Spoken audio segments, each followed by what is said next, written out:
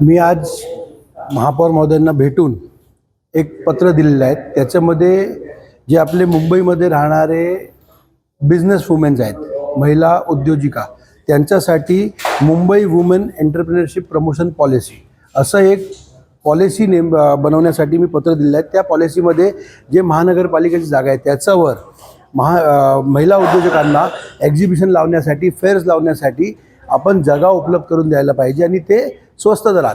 कारण की कसं असतं ना की आता महिलांना आपण मुंबईमध्ये सेल्फ हेल्प ग्रुप असतात किंवा बाकी इतर महिला उद्योजकांना जे स्मॉल स्केल इंडस्ट्री चालवतात त्यांच्याकडे जास्त पैसे भरून एक्झिबिशन करण्यासाठी मुभा नाही, ते नेस्कोसारखं एक्झिबिशन सेंटरमध्ये जाऊ शकत नाही। त्यामुळे महानगरपालिकाच्या हॉल्समध्ये किंवा ग्राउंड्समध्ये त्यांना स्वस्त दरात जर जागा उपलब्ध करून दिली तर ते तिकडे चांगल्या प्रमाणे एक एक्झिबिशन लावून त्यांचा बिझनेस वाढवू शकतो आणि त्याप्रमाणे त्यांना मदत होऊ शकतं।